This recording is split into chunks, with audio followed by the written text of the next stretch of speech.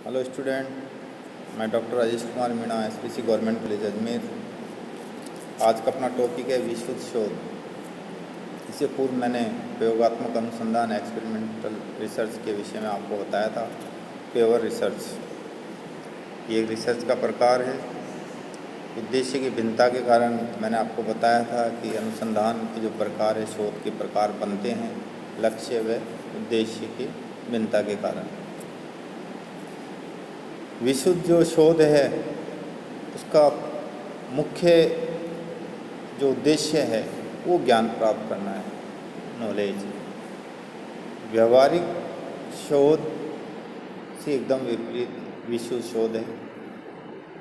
अर्थ अगर हम इसका देखते हैं तो विशुद्ध शोध तो ज्ञान के लिए, ज्ञान के लक्ष्य को लेकर आगे बढ़ती है या बढ़ता है। विशुद्ध शोध सिर्फ ज्ञान अर्जन और ज्ञान प्राप्ति के लिए ही आगे बढ़ता है। जब किसी घटना की खोज ज्ञान प्राप्ति हेतु की जाए और वह भी वैज्ञानिक तटस्थता या वस्तुनिष्ठता बनाए रखकर, तो उसे विशुद्ध, मौलिक या आधारभूत शोध कहते हैं। मौलिक इसलिए कहते हैं कि जब ज्ञान प्राप्त किया जाता है जो भी विशुद्ध शोध के द्वारा, वो मौलिक होता है। वो दूसरों का ज्ञान नहीं होकर स्वयं का, अनुसंधानकर्ता का ज्ञान होता है। व्यवहारिक जो शोध होता है उसमें उपयोगिता को महत्व दिया जाता है और विशुद्ध शोध में ज्ञान को महत्व दिया जाता है।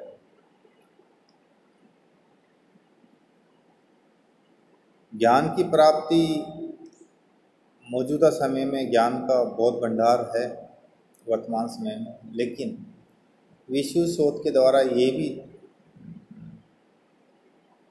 कार्य किया जाता है कि जो पूर्व में जो सिद्धांत या नियम या अनुसंधान किए गए हैं उनके द्वारा जो ज्ञान हमें प्राप्त है वो आज के समय में उचित है या नहीं है, उसकी ज्ञान की पुनः खोज की जाती है, पुनः उसका सत्यापन भी किया जाता है।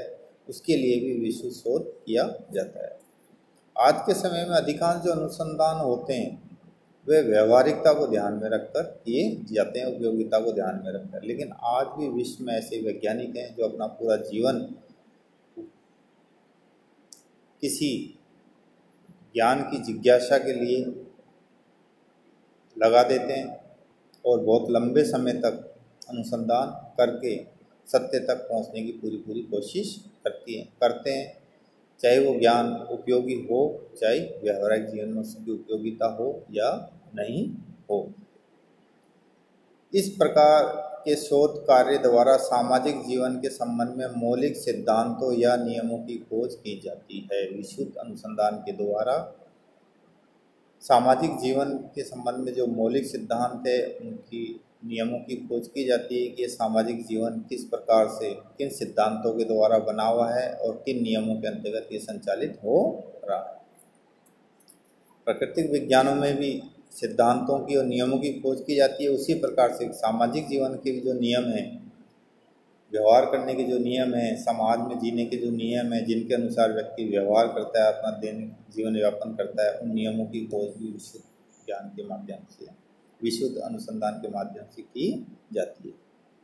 अगला इसका जो अर्थ है, अपन आगे बढ़ते हैं अर्थ से। तो सामाजिक जीवन एवं घटनाओं के संबंध में मौलिक सिद्धांतों एवं नियमों की खोज विशुद्ध शोध का एक प्रमुख कार्य है। ये इसका कार्य भी है, इसके द्वारा खोज भी की जाती है और सामाजिक जीवन की जो घटनाएं हैं उनके जो नियम हैं उन नियमों की खोज इसका एक प्रमुख विशुद्ध शोध का एक कार्य है।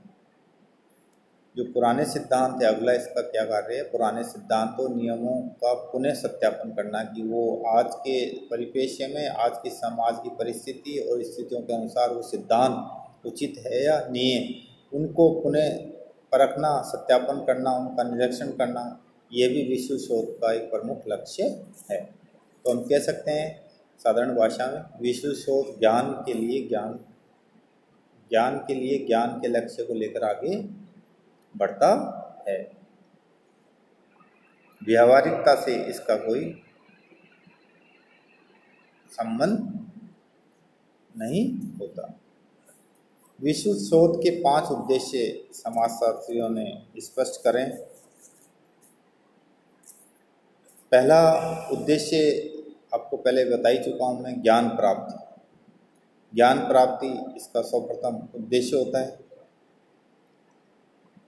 ज्ञान के लिए ज्ञान की पिपासा आज के इस भौतिकवादी युग में निरर्थक प्रतीत होती है, लेकिन अभी भी ऐसे बहुत से लोग हैं जो ज्ञान अर्जन के लिए और ज्ञान प्राप्त करने के लिए अपने जीवन के बहुमूल्य समय का उपयोग करते हैं। तो विश्व शोध का प्रथम उद्देश्य ज्ञान प्राप्ति। द्वितीय उद्देश्य नियमों की खोज करना, सामाजिक जीवन के उन सिद्धांत व नियमों की खोज करना जिससे सामाजिक जीवन की व्यवस्था, समाज व्यवस्था जो बनी हुई है, उन नियमों को खोज करना विश्व शोध का एक प्रमुख उद्देश्य है। अगला आता है सामाजिक संरचना की निर्णायक इकाइयों के प्रक्रियात्मक संबंधों की जानकारी प्राप्त करना। जो हमारी समाज की संरचना है, उस संरचना में को बनाने वाली बहुत सारी इकाइयां हैं। उन इकाइयों के बीच में क्या प्रक्रियात्मक संबंध है जिससे वो संरचना और व्यवस्था बनी हुई है, उन प्रक्रियात्मक संबंधों की जानकारी प्राप्त करना ही विश्व शोध का एक प्रमुख उद्देश्य है। उसके बाद अगली जो उद्देश्य आता है इनका चौथे नंबर का, वह नवीन अवधारणाओं का प्रतिपादन। विश्व शोध के माध्यम से जब हम ज्ञान के लिए ज्ञान प्राप्ति के लिए हम अनुसंधान करते हैं सिर्फ, तो नवीन अवधारणाओं सिद्धांतों के साथ साथ नवीन अवधारणाओं का भी प्रतिपादन किया जाता है।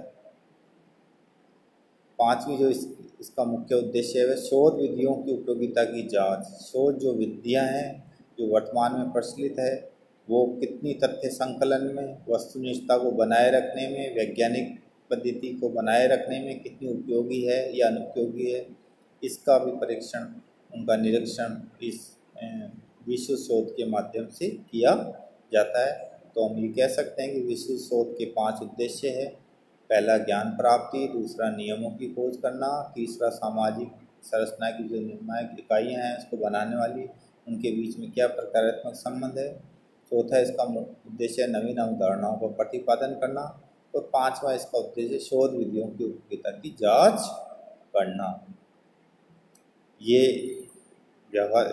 विशुद्ध अनुसंधान के उद्देश्य मैंने आपको बताए। विशुद्ध अनुसंधान, व्यवहारिक शोध, विशुद्ध अनुसंधान के माध्यम से जो हमें ज्ञान प्राप्त होता है, उस ज्ञान का प्रयोग व्यवहारिक शोध में किया जा सकता है और किया जाता है।